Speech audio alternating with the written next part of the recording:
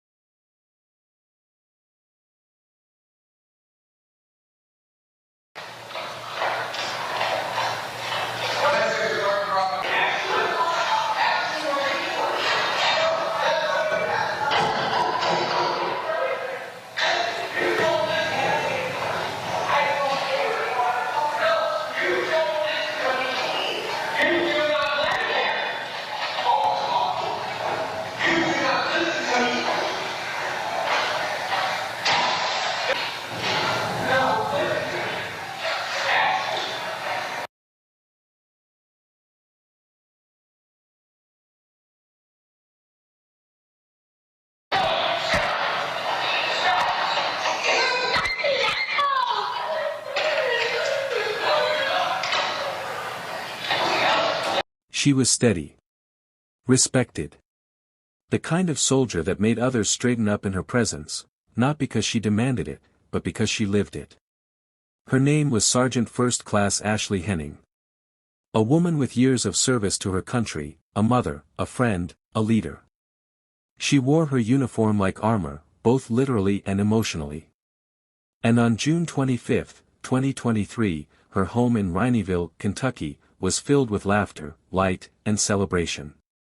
It was her birthday. Friends gathered. Music played. Drinks were poured. And somewhere between the conversation and the cake, Ashley's husband, Jordan Hennings, stood among them. Watching. Waiting. Quiet. He had once worn the uniform too. He understood the discipline. The hierarchy. The silence. But now, he was just a man watching a room light up around his wife, and standing on the outside of it all. At 33, Jordan had already left the army. Honorably discharged. He smiled when expected. Posed for pictures. But something about his presence that night unsettled a few people in small, fleeting ways they couldn't quite explain. They would speak about it later. How his arms were folded tightly across his chest. How he stared for just a second longer than comfort allowed. How he didn't touch his wife once that evening. Not a hand on her shoulder. Not a peck on her cheek. Just, distance. Ashley had always been the strong one. That was the story told by everyone who knew her. She raised her son with discipline and grace. She led soldiers. She buried pain like a professional. And in that house, on that night, she did what she always did, she smiled through it. No one could have guessed that the camera positioned on the outside of their home would capture the final chapter of her life just a few hours later. Because at 1:14 a.m., the front door opened. And Jordan stepped out. He walked toward his truck. Not quickly. Not frantically. He knew exactly what he was going to get. He came back with a gun. And then, silence. Not the kind that comes from sleep or peace. This one was absolute. Cold. Heavy. The type that never comes before dawn. He raised the weapon. Aimed it. Pulled the trigger. Then did it again. And again. He reloaded. Fired once more. And after everything, after the light in her eyes vanished, after the blood spread beneath her, he spat on her. There was no shouting. No fight. No chase. Just the sound of fire cracking in the dark and the thud of a body hitting the floor. Her teenage son, inside the house, had seen it. All of it. He ran barefoot to the neighbor's door, tears and terror pushing his legs faster than he'd ever moved. Jimmy Watts answered, stunned and groggy. The boy could barely form words, just begged him to call for help. Jimmy stepped outside. Saw the body. And then he heard Jordan's voice. Go back inside, Jordan said. Or you're next. The next moments unfolded with chilling precision. Police were called. Sirens screamed through the sleepy streets of Rhineyville. Red and blue lights lit up the white exterior of the Henning home. Neighbors opened curtains. Some stepped onto porches in disbelief. Ashley's body lay motionless near the steps. Her birthday decorations still fluttered in the soft wind, plastic streamers catching on bushes, refusing to let go. Jordan was calm when they arrived. No resistance. No emotion. He laid down his weapon. Let them cuff him. Told them she had pushed him too far. That he had taken it for as long as he could. That it was her fault. The officers said he looked them in the eye and said, "I had to do it." But the evidence told a different story. The kind of story that made even seasoned investigators lose sleep. Because this wasn't just a tragedy. This was calculated. Measured. Decided. And before the night was over, what should have been a celebration of life, had turned into a scene no one would ever forget. In the chapters ahead, we will examine the tapes, the testimony, and the timeline. We'll hear from those who loved her, and those who tried to defend him. We will walk through the trial that raised more questions than it answered. And we will ask, how does a man look his wife in the eye, and pull the trigger not once, but again and again? This is the story of Ashley Henning. And this is where it begins. Ashley Nicole Henning was born to lead. From the earliest moments of her childhood in Alabama, she was known as the one who stood when others hesitated, who stepped forward when it was easier to stay back. The kind of girl who didn't just dream in silence, she chased her ambitions until they were within reach. It was no surprise to anyone that she joined the army. The uniform fit her not just in form, but in spirit. She earned the rank of Sergeant First Class. A title not handed out lightly. She'd served her country for 16 years, built a reputation in logistics, and was a mentor to younger soldiers. Colleagues described her as sharp, disciplined, unwavering in her values. But she wasn't all steel. Beneath the regulation boots and military posture was a woman who adored her son, poured herself into his future, and still made time to laugh with friends on a quiet Sunday. When she met Jordan Henning, the chemistry felt instant. He was calm. Reserved. A fellow soldier with a shared understanding of the world they both navigated. Jordan wasn't flashy. He wasn't overly charming. But he listened. He said all the right things. And for a woman used to building walls to protect herself, that quiet stability looked a lot like safety. They married. Moved to Rhineyville, Kentucky. A quiet town with winding roads, modest homes, and neighbors who still waved when passing by. Ashley had dreams for their home. A sanctuary. A place to rest after the long battles both on and off base. For a time, it worked. But those closest to her began to notice subtle changes. She became more guarded about her personal life. Smiled with her mouth, but not her eyes. Stopped sharing details about Jordan. At first, friends assumed it was just the stress of work. Military life takes its toll. But whispers began to surface. There were stories of control. Of conversations that turned one-sided. Friends were suddenly unwelcome. Phone calls went unanswered. One friend described Ashley as fading, like watching someone dim from the inside out. Jordan, on the other hand, had left the army. He was no longer bound by rank or duty. He stayed home. Became the silent presence in the house. He monitored her. Watched. Waited. She worked. She paid the bills. She carried the weight. And though she never publicly spoke against him, the silence was damning. Neighbors rarely saw them together. When they did, it was Ashley leading the way, Jordan trailing behind, saying little. Those close to her began to feel the presence of something unspoken. An undercurrent. Tension that clung to her like a second skin. And yet, she never stopped showing up for others. Ashley poured herself into her career, showing up for soldiers who needed guidance, offering help without hesitation. Her superiors trusted her. Her subordinates respected her. Her son adored her. But even a fortress has its weak points. And Jordan found them all. Over the months leading to that summer night, the signs became sharper. She told a friend she no longer felt safe at home. She didn't sleep well. She kept her personal life even more guarded. She mentioned wanting to leave, but said she was afraid. Not of starting over.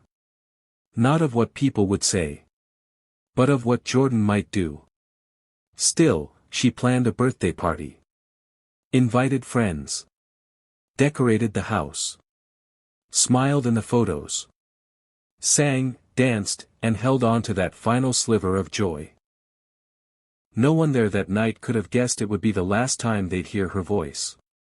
When the gunfire echoed just after 1 a.m., everything changed. In the weeks that followed, the investigation unearthed layer after layer of troubling details. Police retrieved home surveillance footage that showed Jordan retrieving the weapon with deliberate calm. He didn't rush. He didn't panic.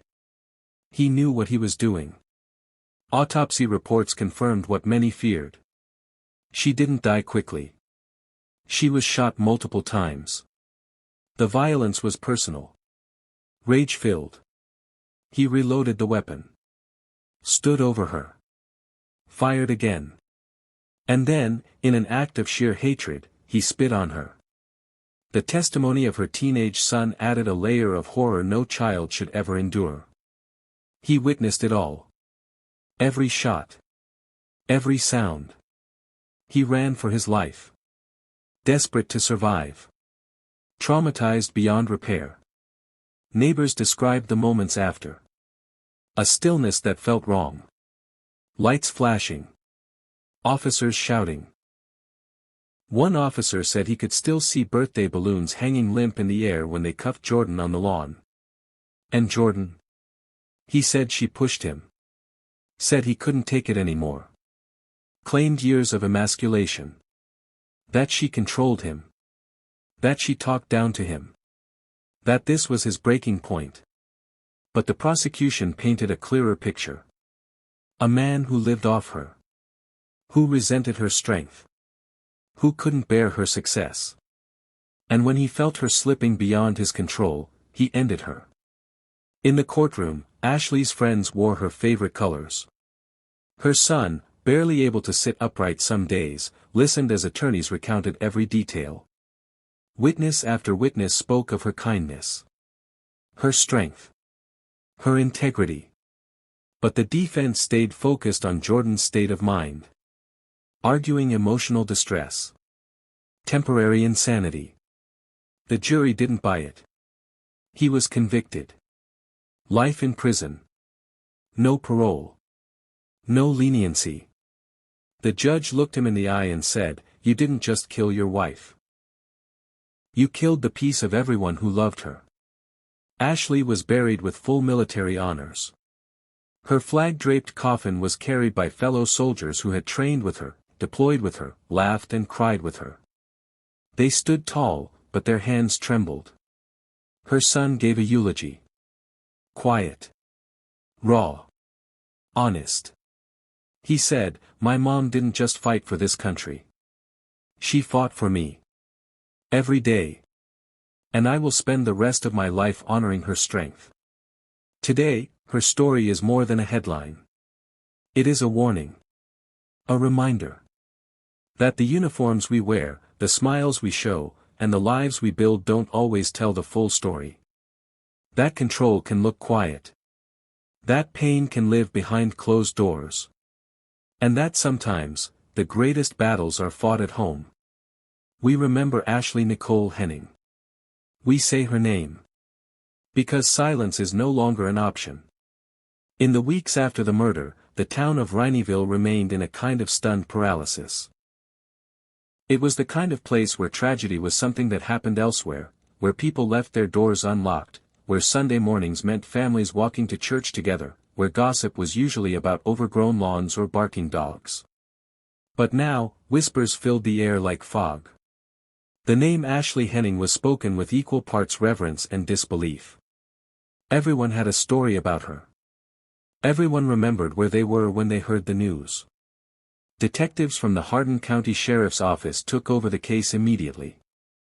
They'd arrived that night to a chilling scene, birthday balloons still hovering above a half-eaten cake, paper plates on the kitchen counter, a gift bag torn open and tossed on the couch.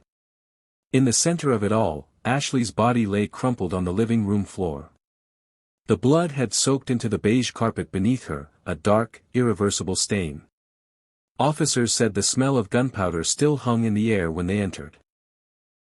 The house felt like it was holding its breath. Jordan Hennings was waiting for them. Calm. Almost detached. He sat on the porch steps, shirtless, still holding the gun. He made no attempt to flee. No effort to disguise what he had done.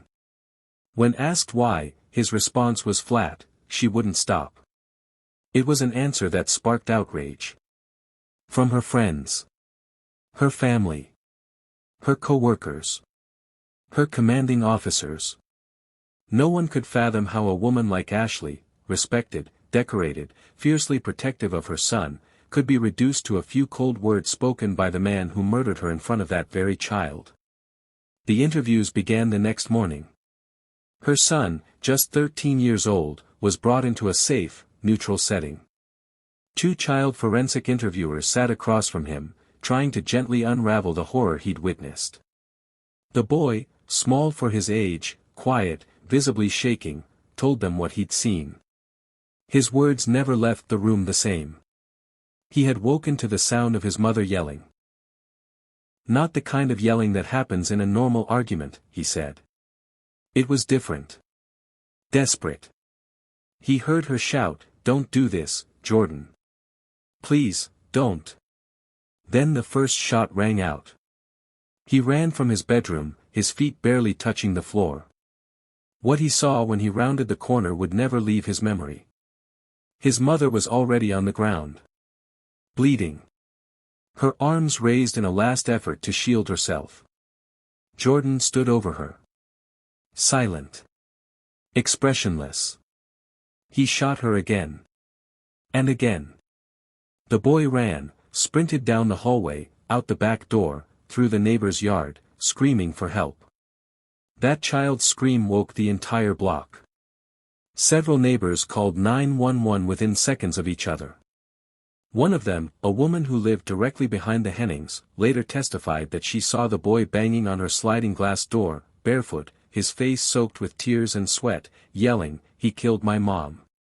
He shot her." The community response was immediate. Soldiers from Fort Knox, where Ashley had been stationed, organized vigils. Her co-workers, still in shock, shared memories online, photographs of deployments, farewell dinners, re-enlistment ceremonies. One photo in particular spread quickly: Ashley standing in uniform, her arms crossed, eyes locked on the camera with a steady intensity that now seemed haunting. Back at the sheriff's office, investigators started to piece together a fuller timeline. Text messages were pulled from Ashley's phone. In the weeks leading up to her death, she'd confided in a few close friends. One message read, "I think he's watching me now. Every time I touch my phone, he asks who I'm texting." Another said, "I don't know how much longer I can live like this. I feel like I'm suffocating in my own home." She had also looked up divorce attorneys. And shelters. She never made it to either. The prosecution began assembling its case with a grim efficiency. It wasn't just about proving Jordan fired the gun. That much was obvious. It was about establishing motive. Premeditation. A pattern of emotional and psychological abuse that escalated into violence. They unearthed photos Ashley had taken in secret. A bruise on her arm. A broken cabinet door. A shattered phone screen. She hadn't shared them before. Not with police. Not with command. It was the kind of evidence women collect when they're still trying to decide if they're overreacting. Her commander, a stern and composed officer, took the stand during pre-trial hearings. He testified that Ashley had been recommended for promotion. That she'd been on track for a high-level leadership role. She was the type of soldier who made everyone around her better, he said. She never let anything stop her. I just wish we'd seen what she was going through. Jordan's defense was as expected. They painted a picture of a man under pressure. Claimed he felt emasculated. Said Ashley was the dominant force in the marriage, and that Jordan had been pushed beyond his emotional limit. They called psychologists. Submitted evaluations. Argued that he was unstable, incapable of rational thought the night of the shooting. But the jury didn't waver. They saw the surveillance footage. Heard the 911 calls. Watched the boys' recorded testimony. The timeline was clear. The facts were undeniable. Jordan had waited until the party ended, until their son had gone to bed, until Ashley was alone and vulnerable, and then he acted. The trial lasted 12 days. The deliberation lasted 4 hours. Guilty. On all counts. Murder. Endangerment. Use of a firearm in commission of a felony. The judge delivered the sentence the following morning. Life without parole. In his statement, he said, "You had a choice that night. You chose to destroy a life, a family, and a future. And for that, you will spend the rest of your days behind bars." Ashley's mother wept quietly in the courtroom. Her son clutched a folded flag, a gift from the army in memory of his mother's service. He wore a suit too big for his frame. His voice was barely audible when he said, "I miss her every second. I don't feel safe without her." Her story has since been shared at domestic violence awareness events across the country. Her name is etched into memorials for soldiers who died as victims of intimate partner violence. And each year, on her birthday, friends and family gather, not to mourn, but to remember who she was. Fierce. Brave. Loving. A protector. A mother. A soldier. Ashley Nicole Henning didn't die in combat. But make no mistake, she was a casualty of war. The war no one wants to talk about. The one happening behind closed doors, in quiet suburban homes, where control wears the mask of love and danger is written in silence. And though she is gone, her voice has become a rallying cry. For justice. For change. For every woman who's ever asked, "Will anyone believe me?" Ashley's legacy answers with a resounding, yes. In the months that followed Jordan Henning's sentencing, the ripples of Ashley's murder extended far beyond the courtroom. Her story began to reshape conversations, not just in Rhineyville, not just at Fort Knox, but in boardrooms, briefing rooms, and bedrooms across the country. For the Department of Defense, the loss of a decorated non-commissioned officer to domestic violence triggered an uncomfortable reckoning.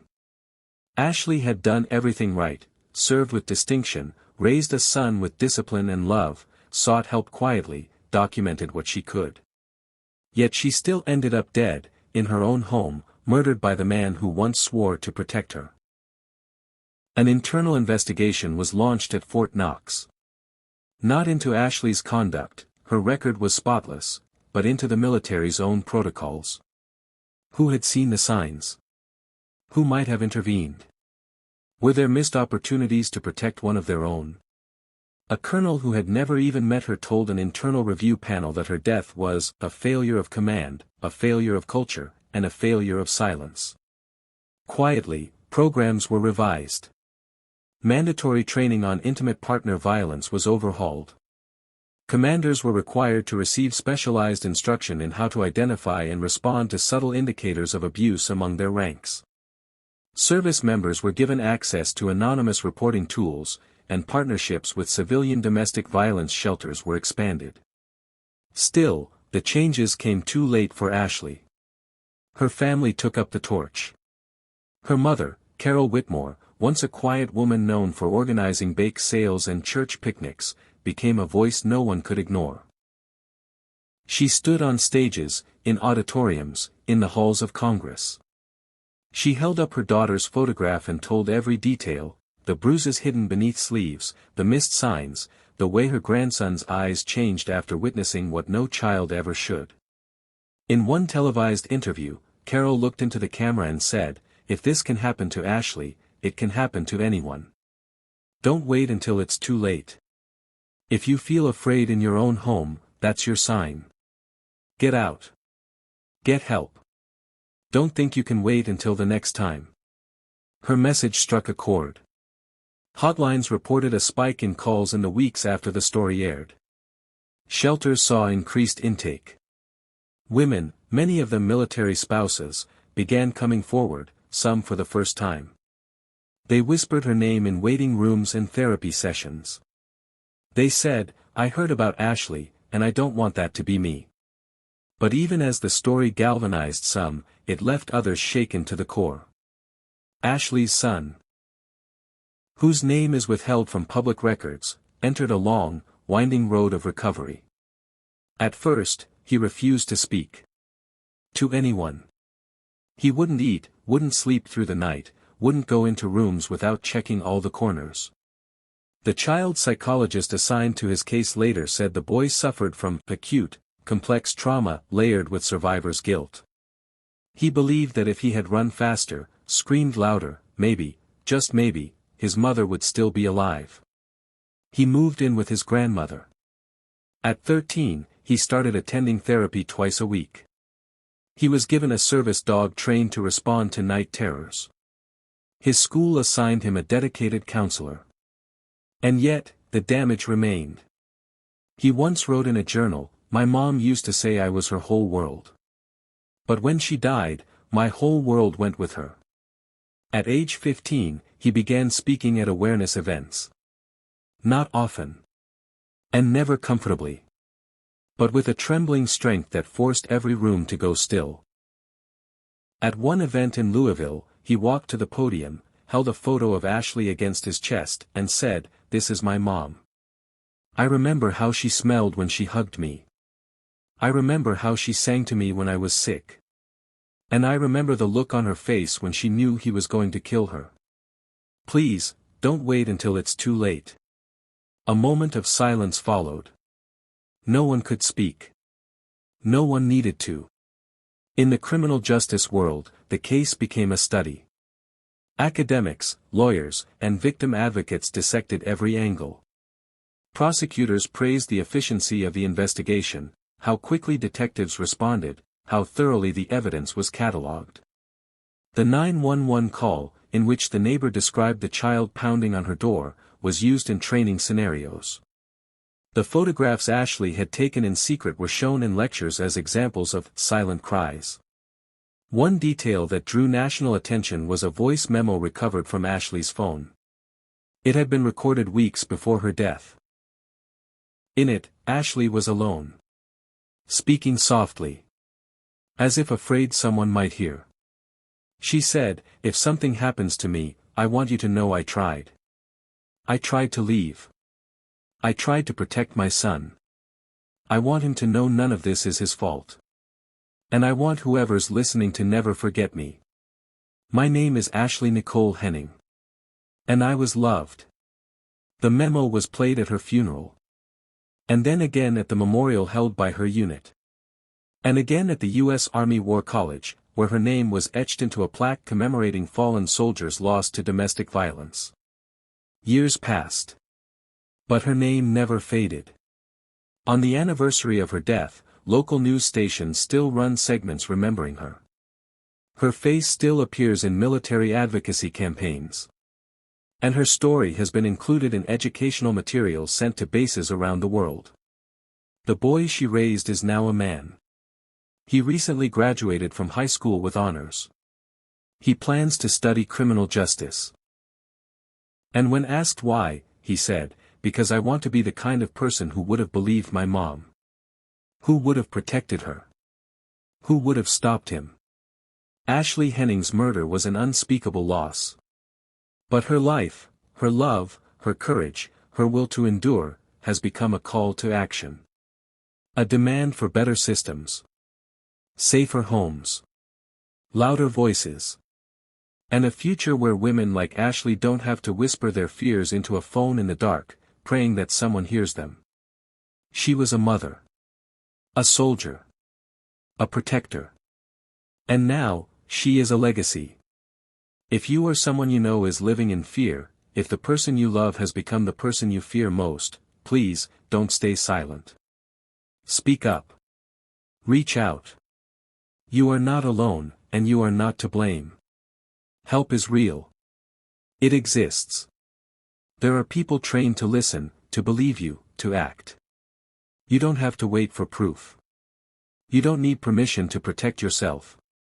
Domestic violence doesn't always leave bruises you can see. Sometimes it's in the isolation. The control. The fear of saying the wrong thing. The feeling that you're walking on glass in your own home. But hear this clearly, love should never hurt. No rank, no uniform, no paycheck, no promise is worth your safety. If your gut says something is wrong, it probably is. Trust it. Pick up the phone. Call the National Domestic Violence Hotline. Your story isn't over. You have the right to be safe. You have the right to be free. And you have the right, right now, to choose yourself. For Ashley. For her son. For every silent survivor who's still waiting for the courage to leave, be the voice that breaks the silence.